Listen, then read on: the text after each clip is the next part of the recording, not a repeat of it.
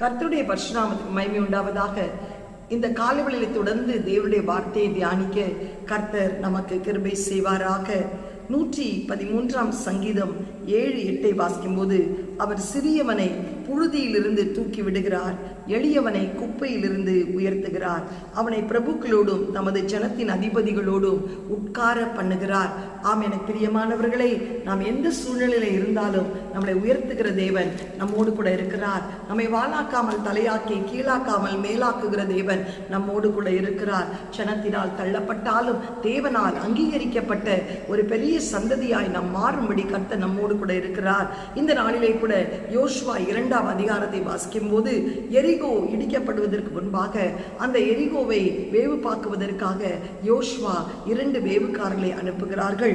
அந்த 2 மனுஷரையும் ரகசியமாய் வேவு பார்க்க அனுப்பி, நீங்கள் போய் தேசத்தை பிரபு எரிகோவையும் பார்த்து வாருங்கள் என்றார். அவர்கள் போய் ராகாப் என்னும் பெயர் கொண்ட வேசியின் வீட்டுக்குள் பிரவேசித்து அங்கே தங்கினார்கள். கர்த்தருக்கு ஸ்தோத்திரம். அந்த ராகாப் வேசி அவர்களுக்கு அடைக்கலம் கொடுத்து அவர்களை பாதுகாத்து, அந்த ராஜாவின் ஆட்கள் வந்து கேட்டபோது கூட அவர்களை மறைமுகமாய் தப்பிக்க வைத்தாள்.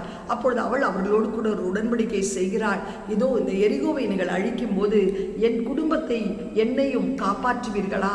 ஏனென்றால் உங்கள் தேவன்தான் வானத்துக்கும் பூமிக்கும் உயர தேவன்.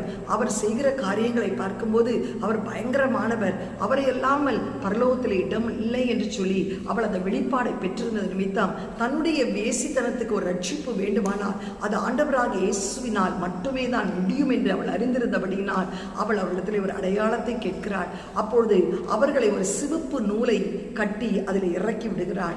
அப்பொழுது அவர்கள் சொல்லுகிறார்கள், இந்த சிவப்பு நூல் அப்படியே இருக்கட்டும், இந்த எரிகோவை நாங்கள் அழிக்கும் போது இந்த சிவப்பு நூல் உள்ள உன் வீட்டை நாங்கள் அழிக்க மாட்டோம். ஆனால் ஒரு உடன்படிக்கை, நீ உன் வீட்டார் அனைவரையும் கொண்டு வந்து இந்த வீட்டுக்குள் அடைக்கலமாய் வைக்க வேண்டும் என்று சொல்லி அவர்கள் போய்விட்டார்கள். அவள் அவளுடைய எல்லா வீட்டாரையும் பாருங்க, தனக்கு மட்டும் ரட்சிப்பை கேட்கல, தன் குடும்பத்தாரும் ரட்சிக்கப்பட வேண்டும் என்று அவள் உள்ளம் இருந்தது. இன்றைக்கு உன்னுடைய வாழ்க்கையிலே நீ ரட்சிக்கப்பட்டால் மட்டும் போகாது, உன் வாழ்க்கையில் ஒரு பெரிய பாரம், உன் குடும்பம் முழுவதும் ஆண்டவரை அறிய வேண்டும் என்ற பாரம் இருக்கணும். நீங்க எப்பவுமே ஜெபிக்கணும், நான் கர்த்தராக இயேசுவை விசுவாசித்தால் நானும் என் வீட்டார் ரட்சிக்கப்படுவீர்கள் சொன்னீரே. நோவா பேழைக்குள் வந்தபோது நோவா குடும்பத்தை காப்பாற்றினீரே, நானும் என் வீட்டாருமோ கர்த்தரையே சேவிக்க வேண்டும் என்று அந்த ஆத்தும பாரம் உன்னோடு கூட இருக்க வேண்டும். அந்த வேசிக்கு இருந்தது. அவள் குடும்பத்தையே கொண்டு வந்து அடைக்கலமாய் அந்த வீட்டுக்குள் வைத்தாள். எரிகோ சுட்டரிக்கப்பட்டது. அப்பொழுது அடையாளமாய் அந்த சிவப்பு நூல் காணப்படுகிற அந்த வீடு காப்பாற்றப்பட்டது மாத்திரமல்ல, கர்த்தருக்கு ஸ்தோத்திரம் உண்டாவதாக.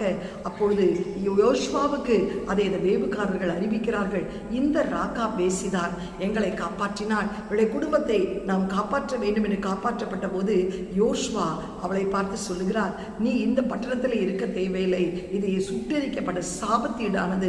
அதனால் நீயும் என்னோடு கூட ஒரு குடும்பத்தார் கானானுக்குள் கடந்து வாருங்கள், உங்களுக்கு ஒரு சின்ன இடத்தை ஒதுக்கி தருகிறேன் என்று சொல்லி அவர்களும் ஒரு குடும்பத்தாரும் அந்த கானானுக்குள் பிரவேசிக்கிற ஒரு சிலாக்கியத்தை பெற்றார்கள். இன்றைக்கு பரம கானானாகிய அந்த சியோன் எருசலேமுக்குள்ளே நாம் பிரவேசிக்க வேண்டுமானால் அந்த பெரிய ராஜாவோடு தேவாதி தேவனோடு கர்த்தாதி கர்த்தாவோடு நாம் உடன்படிக்கை செய்து அவரோடு கூட நாம் சம்பாஷிக்க வேண்டுமானால் நாம் ரட்சிக்கப்பட்டு இருக்க வேண்டும். விலையேற பெற்ற ரத்தத்தினால் கழுவப்பட்டு இருக்க வேண்டும். அந்த சிலாக்கியம் பழைய ஏற்பாட்டு ராகாப்புக்கு கிடைத்தது.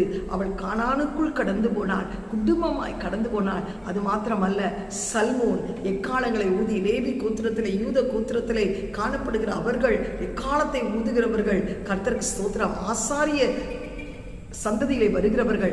சல்மோன் அவளை பார்த்து, நான் உன்னை திருமணம் செய்கிறேன் என்று சொல்லுகிறார். கர்த்தருக்கு ஸ்தோத்திரம். அந்த மற்ற கோத்திரத்தார் லேவி கோத்திரம் அதிர்ந்து போனார்கள். ஆனால் சல்மோன் அந்த வேசியை திருமணம் செய்கிறார்.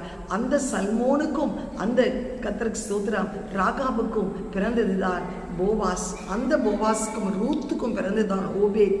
அந்த ஓபேத்துக்கு பிறந்ததுதான் ஈசாய். அந்த ஈசாய்க்கு பிறந்தது தாவீது.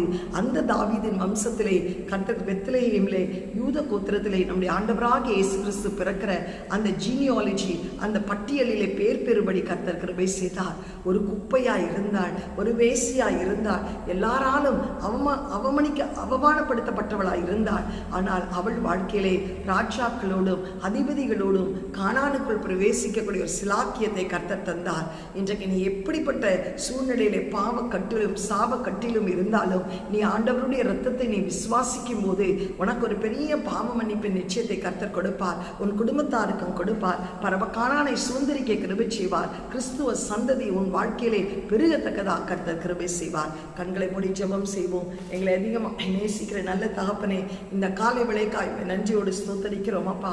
ஆண்டவரே, என் தேவாதி தேவனே அப்பா, சிறியவனை புழுதியிலிருந்து எடுத்து எளியவனை குப்பையிலிருந்து எடுத்து ராஜாக்களோடும் ஆண்டவரே சாரியர்களோடு நான் அமர செய்வேன் சொன்ன தேவன், இன்னைக்கு ராகா பேசி எல்லாராலும் புறக்கணிக்கப்பட்ட போது கூட வேவுக்காரர்களுக்கு இடம் கொடுத்த ஆண்டவரே அடைக்கலம் கொடுத்தது நிமித்தம் கானானுக்குள் பிரவேசிக்கவும் சல்மோனை திருமணப்படுத்திக்கொள்ளவும் அந்த கர்த்தாவே அப்பா பட்டியலிலே பேர் பெறவும் கர்த்தருடைய சந்ததியை ஆண்டவரை காணும்படி கர்த்தர் கிருபை செய்ததற்காய் ஸ்தோத்திரம். இந்த நாளிலே கூட இப்படிப்பட்ட பாவத்திலே இருந்தாலும் எனக்கு விமோச்சனம் இல்லையா என்று சொல்லி ஆண்டவரை அங்கலாய்க்கிற ஒவ்வொருவருக்காக ஆண்டவரை ஜெபிக்கிறேன். இயேசு கிறிஸ்துவின் ரத்தம் சகல பாவங்களை நீக்கி சுத்திகரிக்கும் அப்பா. எங்களை உயர்ந்த ஸ்தானத்திலே கொண்டு வந்து நிறுத்தும் என்ற நம்பிக்கையோடு செயல்பட கிருபை செய்யும். இயேசுவின் மூலம் நல்ல பிதாவே, ஆமேன். God bless you. Have a blessed day. Amen.